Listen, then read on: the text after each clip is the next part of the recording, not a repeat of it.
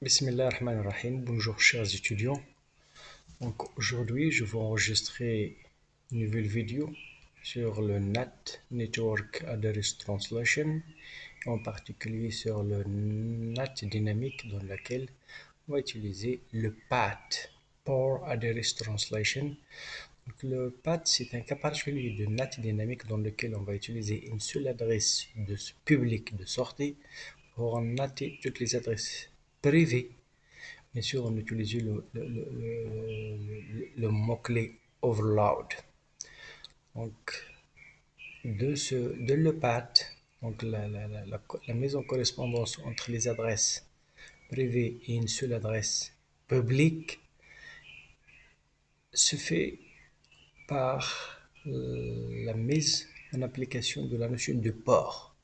Le port, ce sont les adresses de la couche transport, donc pour faire la correspondance entre, donc le routeur va piquer une valeur aléatoire d'un port pour savoir donc quelle est l'adresse quelle est l'adresse privée qui correspond à l'adresse donc publique, une seule adresse publique, mais en utilisant bien sûr les étiquettes du port.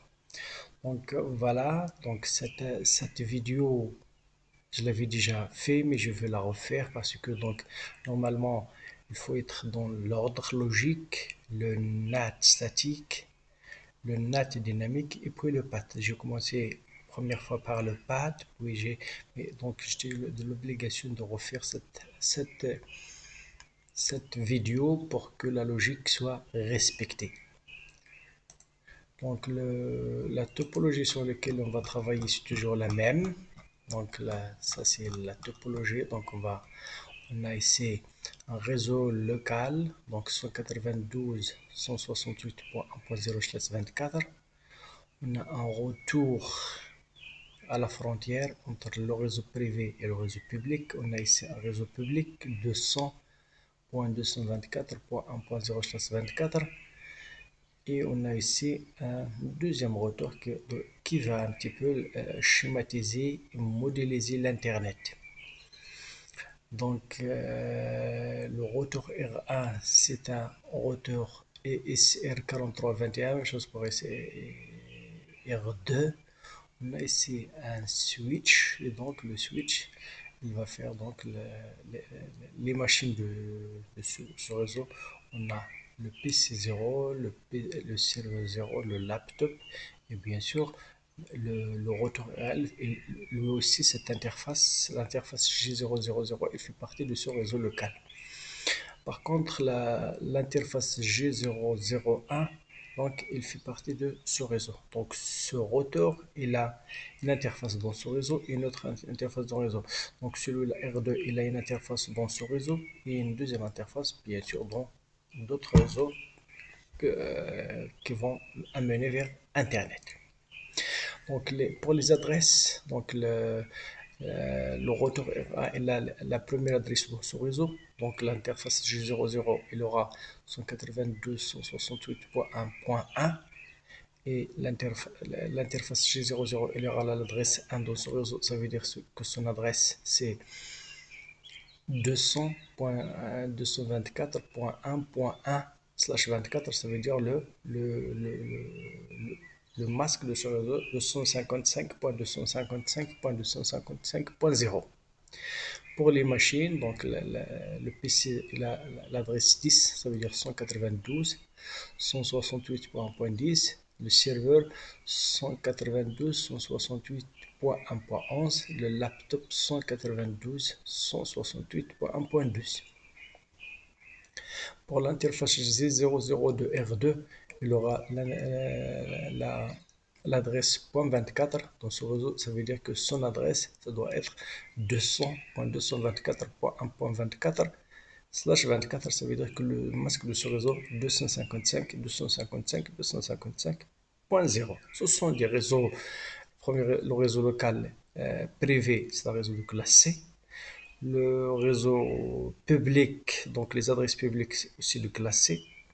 Donc, pour rappeler les adresses privées, on les utilise dans chez nous, donc à la maison, dans les entreprises, et ce sont les adresses privées et gratuites. On ne demande aucune autorisation d'aucune autorité, d'aucun fournisseur d'accès, ni l'IANA, ni les RER, ni les LER, aucun fournisseur d'accès. Donc on les utilise, mais le problème que lorsque une machine qui est une adresse privée va accéder à Internet, elle ne peut pas.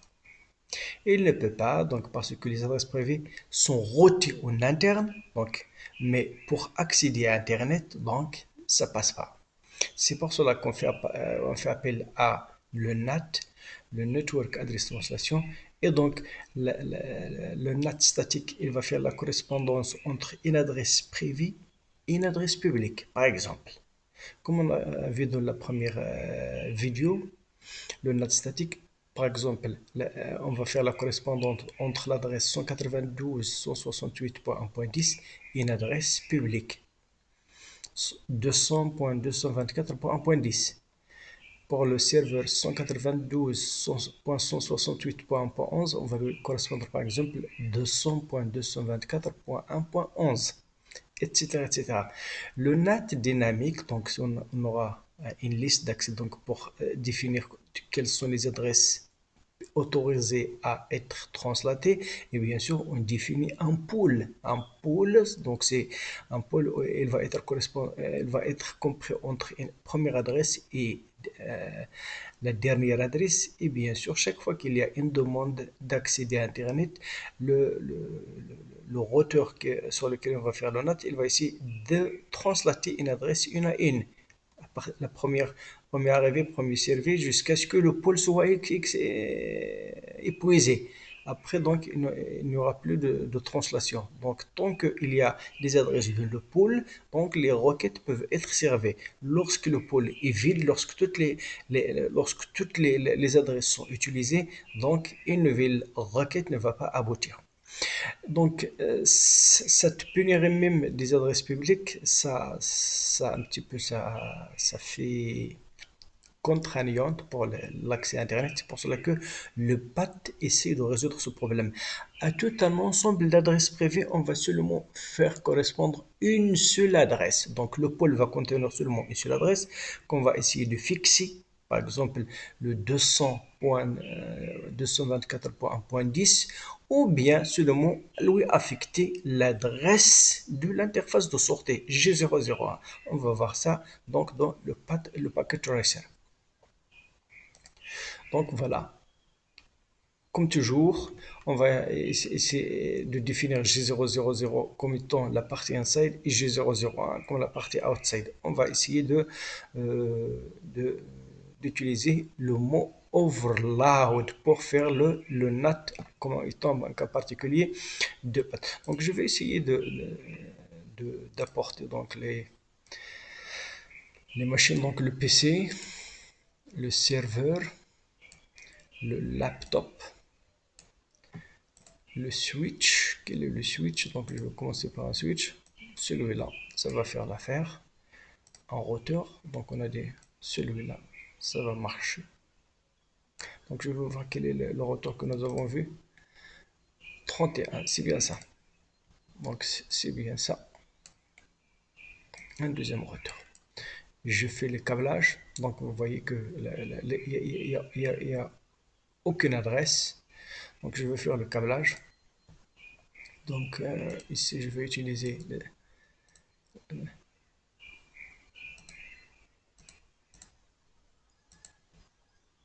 donc chaque fois que je mets donc l'interface s'allume. Donc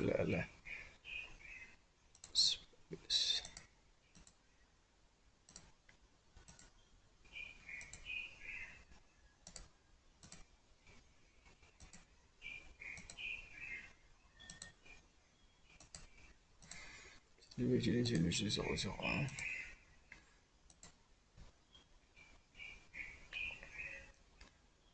Donc ici entre les deux routeurs, je ne peux pas utiliser un câble direct. Je dois utiliser un câble coaxial. Donc si je vais utiliser celui-là,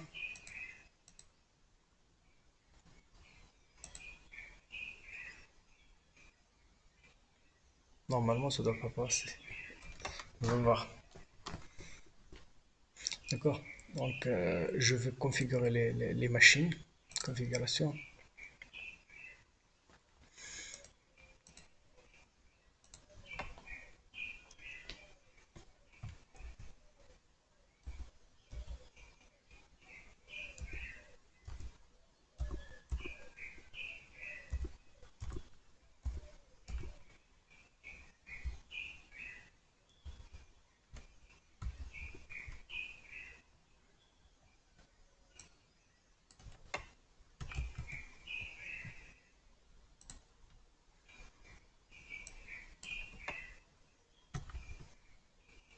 Donc, l'interface, elle passerelle par défaut. Default gateway.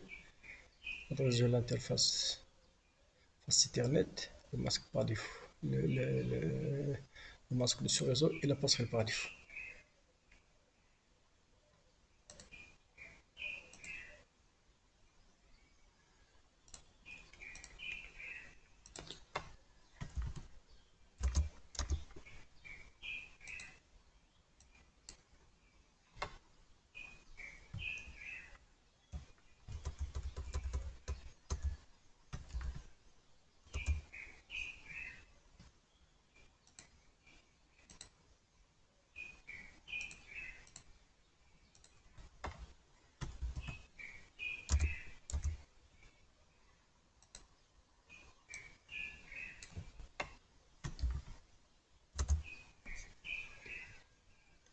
Ok. Donc maintenant les machines sont configurées. Je configurerai.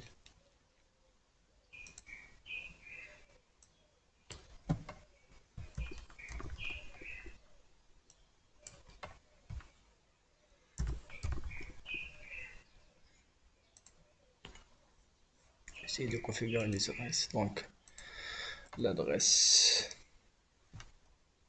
Donc no shutdown.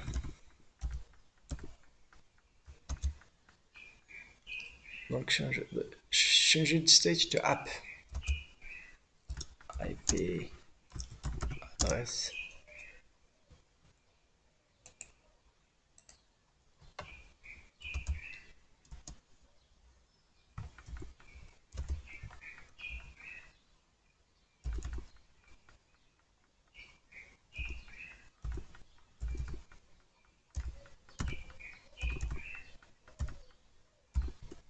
Donc l'adresse, le masque que je dois définir que c'est une partie NAT inside.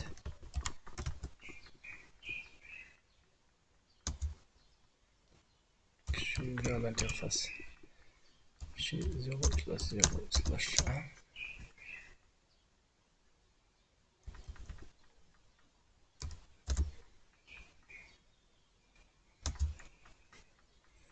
Définition d'adresse.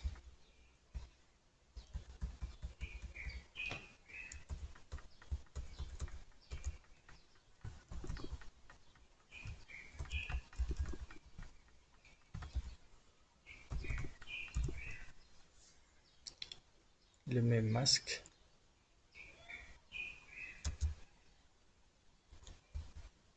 Je dois l'allumer. Activer. Stage to app. Change it stage to app. Outside.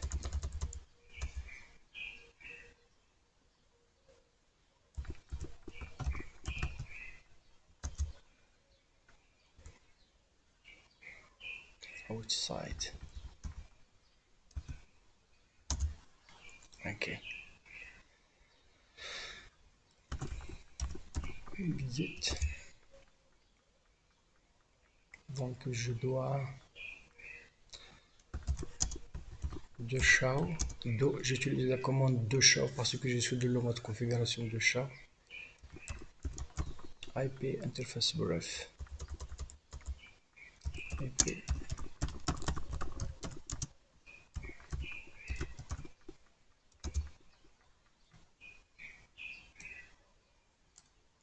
Première interface. Deuxième app. Bon, c'est la app, elle est down parce qu'il faut activer donc l'interface G002 R2. D'accord. Donc je me place dans R2, configuration. Donc je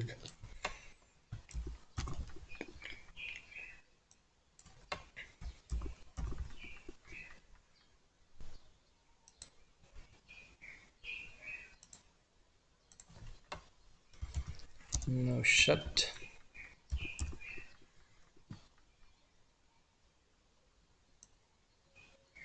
Donc je veux, elle est rouge. Lorsque je vais appuyer sur entrée, elle va devenir verte.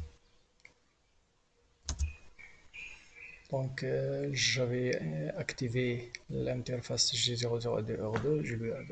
Je dois lui affecter l'adresse ep add 200.224.1.24 le masque.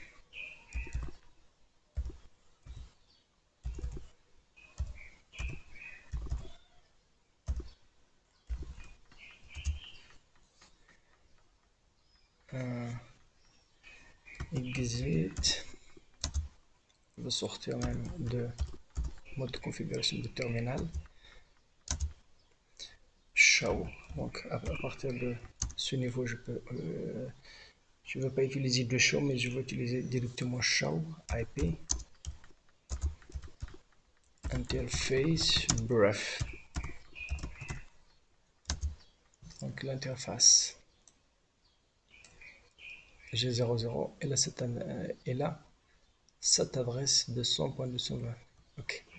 À partir de maintenant, je dois maintenant, donc on a dit que le R2 va modéliser l'internet, donc l'accès aux machines de réseau privé vers l'internet. Donc je vais faire le ping sur l'interface G00 de R2 et voir quelles sont les adresses à partir desquelles le ping va arriver vers G00. Est-ce qu'il va venir à partir des adresses privées? L'adresse privée, donc pour le PC, c'est 192.168.1.10 avec la passerelle par défaut 192.168.1.1. Donc, je vais configurer. Donc, je vais faire un debug IP SCMP. Donc, SCMP, ce sont les messages Internet Control Message Protocol. Donc, voilà, donc SCP packet de begin is on. Il est allumé, il va nous indiquer qui a pingé sur le routeur R2. Donc voilà, celui-là, on va maintenant, donc je veux faire quelques pings.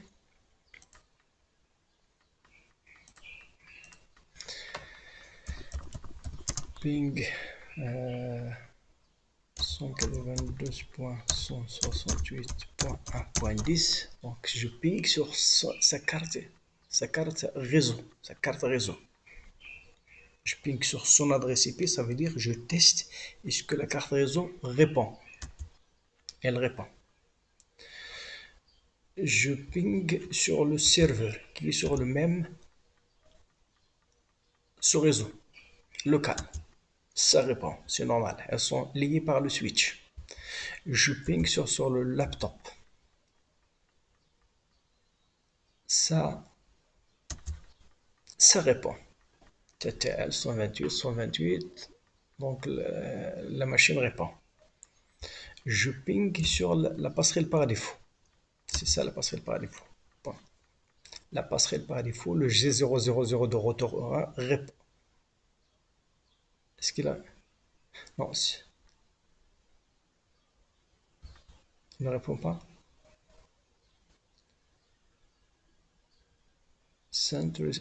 Donc,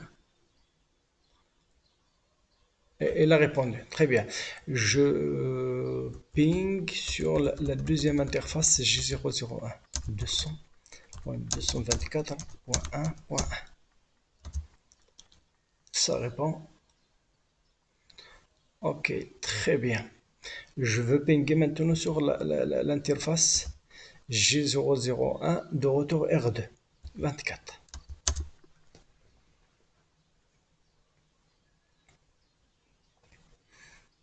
Request timed out. Request timed out. Request.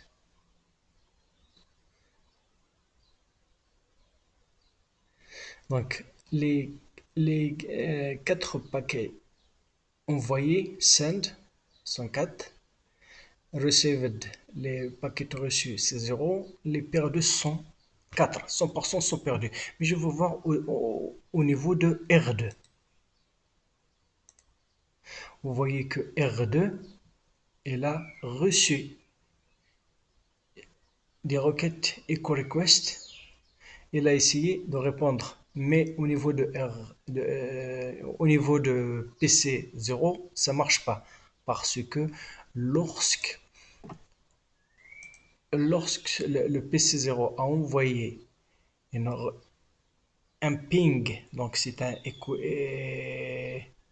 request vers le G00, elle l'a envoyé, donc la passerelle l'a fait passer vers cet réseau, il est dans le même réseau, mais celui-là ne sait pas, n'a pas de route pour l'envoyer à celui-là. Le retour R2 n'a pas aucune route vers ce réseau. Aucune route, ni statique, ni dynamique, ni par défaut. D'accord? Donc, si vous voulez qu'on teste si on configure une route par défaut vers le routeur R2, le ping va recevoir. Mais ce n'est pas l'objet de cette vidéo. L'objet, c'est le path, c'est le NAT. D'accord? Je veux ajouter une route et après, je veux l'enlever. D'accord? Donc, pour ajouter une route, donc IP route, la route par défaut 0.0.0.0.0, le masque 0.0.0.0, et donc ça c'est la route par 0, mais chaque fois qu'il y a quelque chose qui ne suit pas à qui l'envoyer, il va l'envoyer à G001 de retour R1. Ça veut dire à 200.224.1.1. Donc le 200.224.1.1.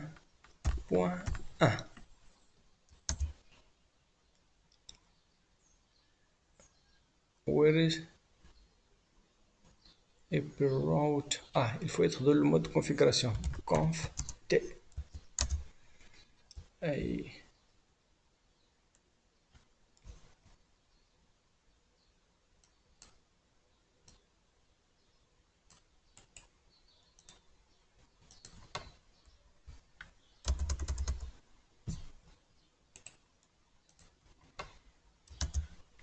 D'accord. Exit. Maintenant, je veux revenir le ping qui n'a pas marché il y a une minute. Je fais le même ping et ça répond. Parce qu'on a donc, il répond. Donc, je regarde les messages de R2. Il les a reçus de la part de 182.160.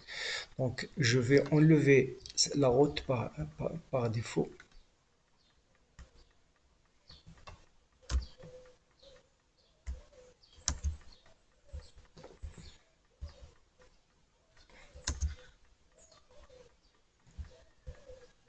Now.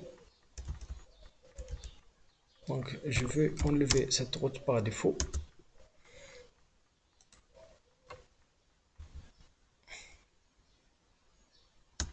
Ça ne doit pas marcher une autre fois parce que donc j'ai enlevé la route.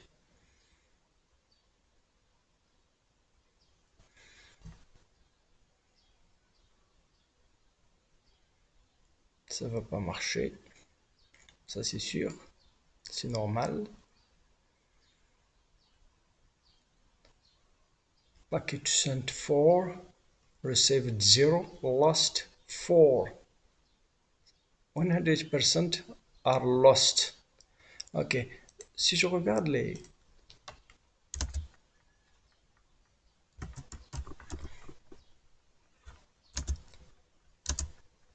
show hyperroute. Quelles sont les routes? Show. What is this? Show. Donc, il ne sait que, donc on a le C, c'est pour connected, et pour local, ça veut dire sur lequel c'est l'adresse d'une interface. Donc là, ça c'est l'adresse de l'interface G00. Et donc le réseau, c'est le chasse 24, 200 points. D'accord? Il n'y a pas aucune route vers l'autre. Alors que tout à l'heure, lorsque j'ai ajouté, lorsque j'ai configuré la route par défaut, donc ici, si je fais maintenant un show route, elle va nous indiquer qu'il y a une statique. Donc là, ça c'est la route par statique, c'est la route par défaut via l'interface G0001 de R2. Ok, je refais la même chose, je l'enlève pour que... D'accord.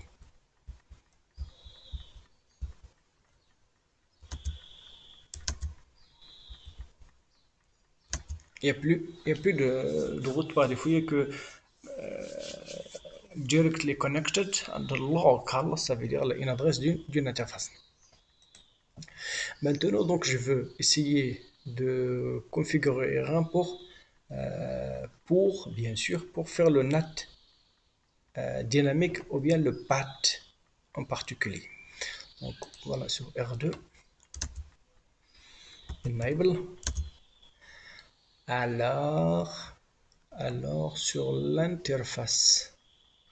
Donc, c'est bien sûr, ça c'est sur l'interface.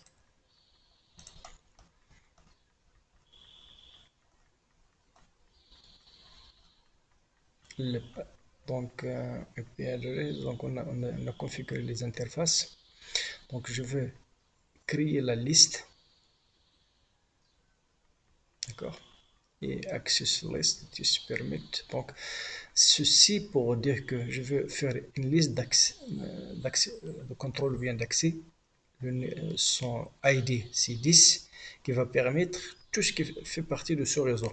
Ça c'est le Weld Mask Card 0.0.0.0.200. Ça veut dire que je ne contiens compte que des trois octets. Ça veut dire de réseau. Donc toutes les machines de ce réseau, je veux les permettre. C'est ce que je vais maintenant essayer de faire. R1.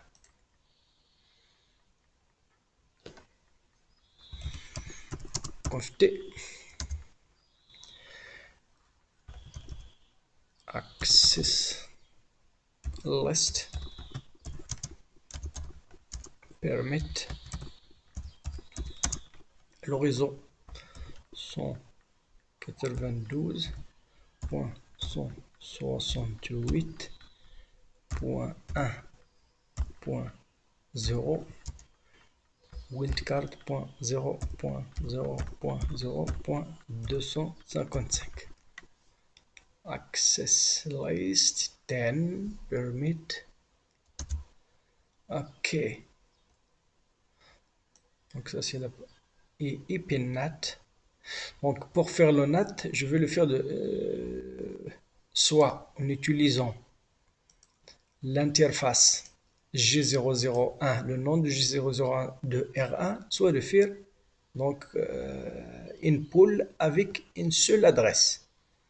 Donc on va essayer d'utiliser les deux. Je commence par utiliser l'interface G001.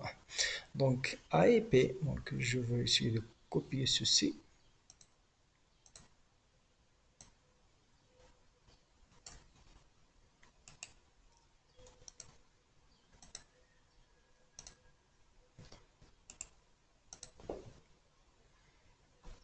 overload. IP, machine pay. J'ai oublié un P quelque part. Le I, je l'avais pas piqué. IP, not inside. Source, la liste 10. G00 ou bien le gigabit internet overload. What's happened? Le gay.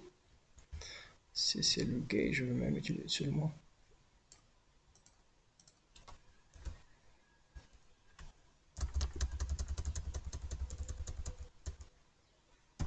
Voilà. Épine.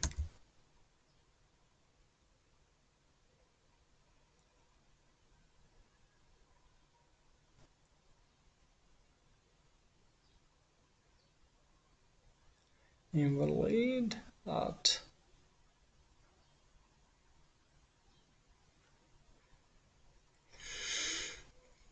Qu'est-ce qui...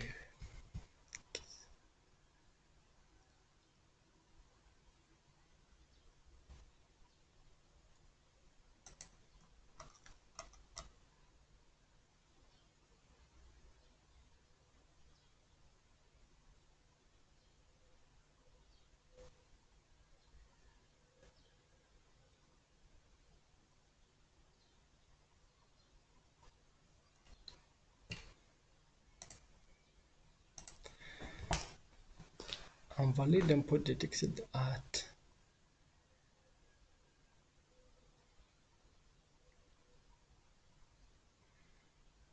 Il y a quelque chose que ne va pas, que je n'arrive pas à voir.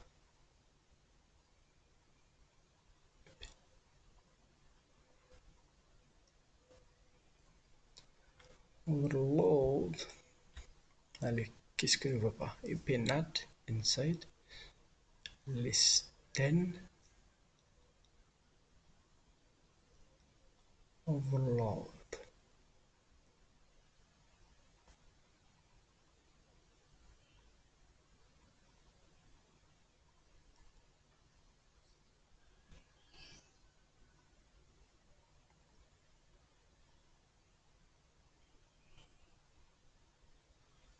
Je vais voir le script de path.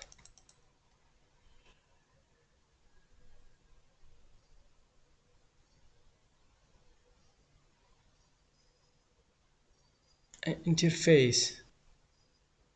Oh, il faut cette interface. Ok.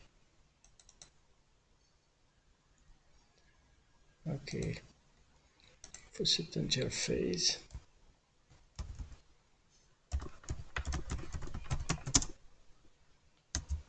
Ok, ça marche. Donc voilà, il faut ici une interface, je l'avais oublié. D'accord, donc maintenant on va essayer de faire le ping à partir des machines.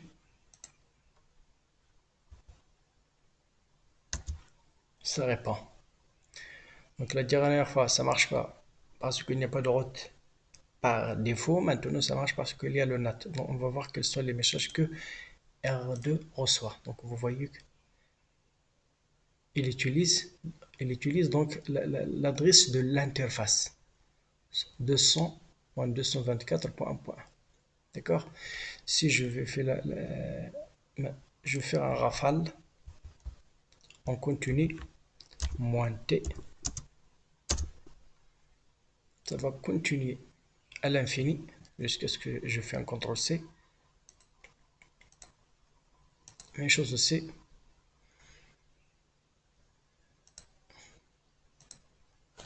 ping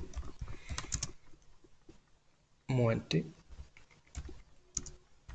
200.224.1.24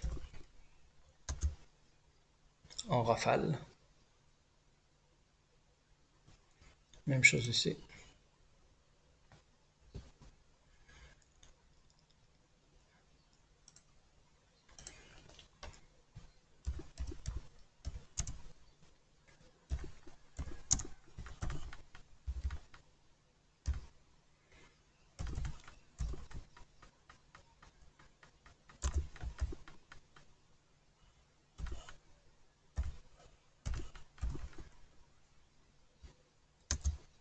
Ça répond.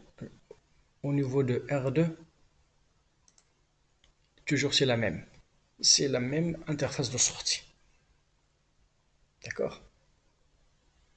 Et ça continue. Donc voilà, en rafale, ça veut dire que toujours c'est la même adresse de sortie. Ça c'est l'adresse de la source, la destination, ça veut dire à qui il a répondu, même si la requête vient de PC, de serveur, du laptop, les requêtes sont envoyées vers G002R2 où il répond à celle qu'il prétend être la source.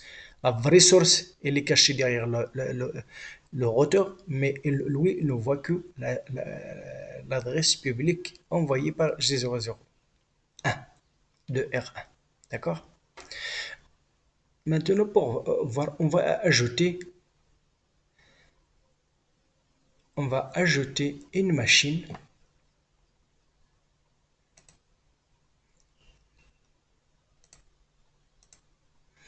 On va la,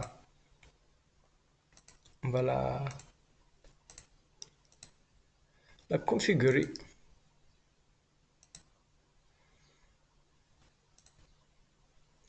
On va la configurer.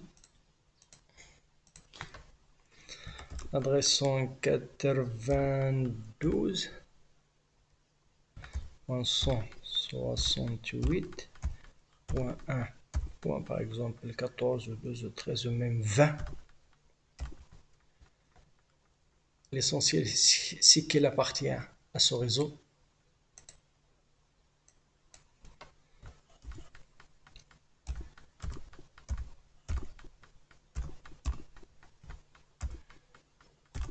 Ça, c'est la partie par défaut. Et bien sûr, je veux essayer de faire les ping LEC.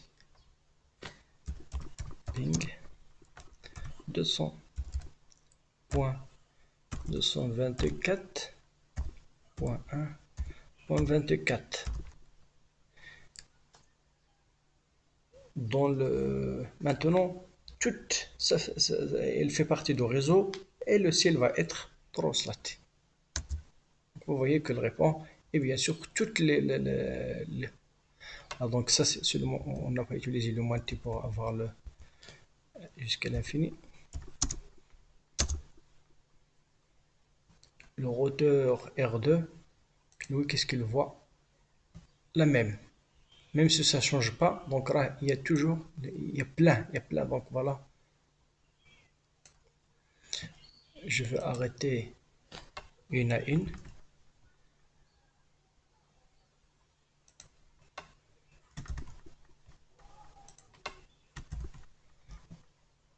Ça c'est le laptop. Serveur, je l'arrête par le CTRL C. Donc voilà. On a dit que je vais essayer de voir quelles sont les adresses translatées, les translations au niveau de 2. Donc je exit show IP NAT statistics.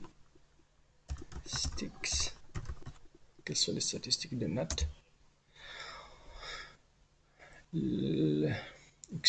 Donc voilà, il y a 758 hits. Donc voilà, il y a 0 statique, 102 dynamique, 102 extended, total translation. Ok, donc ça c'est pour les statistiques pour la translation. Donc on va voir qu'il va mettre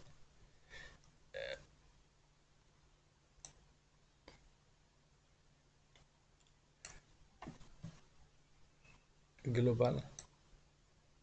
C'est toujours la même. Mais ce qui change, ça doit être le numéro de port. Donc apparemment c'est ça, c'est le numéro de port.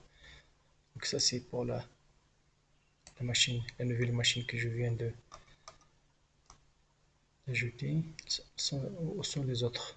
Ah, donc il y a mort. Donc, mort. Encore.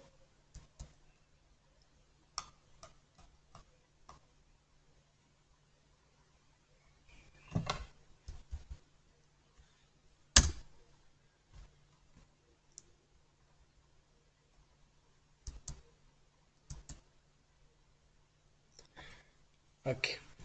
Maintenant, donc, je vais essayer de- d'utiliser la deuxième façon. Donc, conf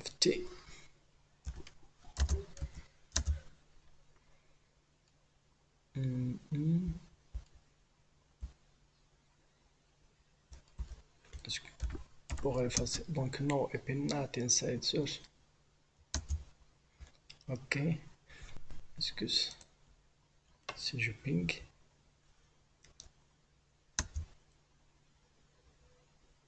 ok. Il n'y a pas de moyen de. Très bien. Donc je veux maintenant créer un pool, comme ça.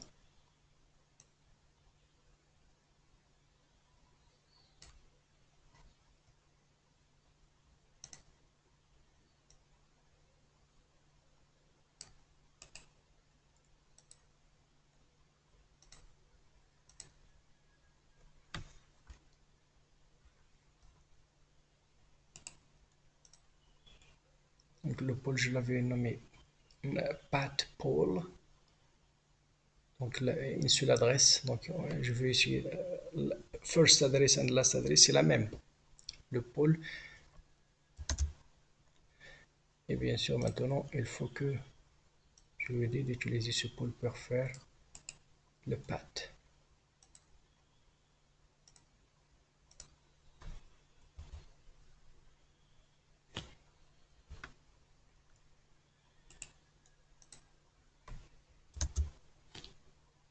D'accord, maintenant je vais revenir vers les machines.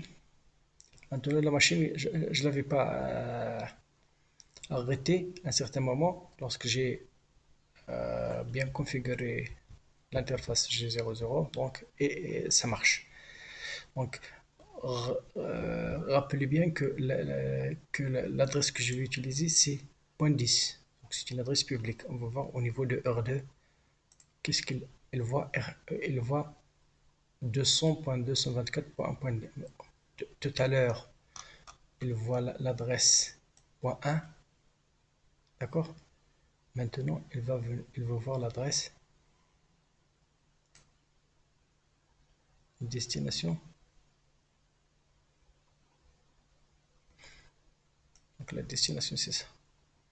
Toujours, c'est l'adresse que j'ai bien configurée ici.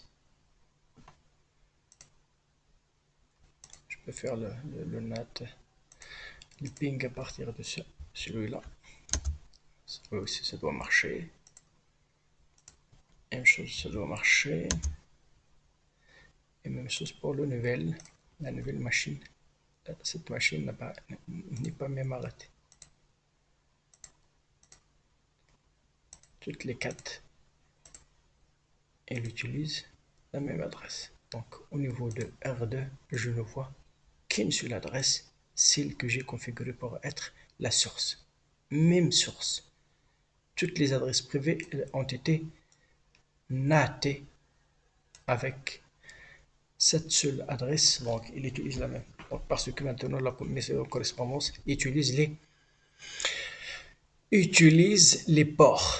Donc voilà, c'est ainsi que se termine cette troisième partie de NAT.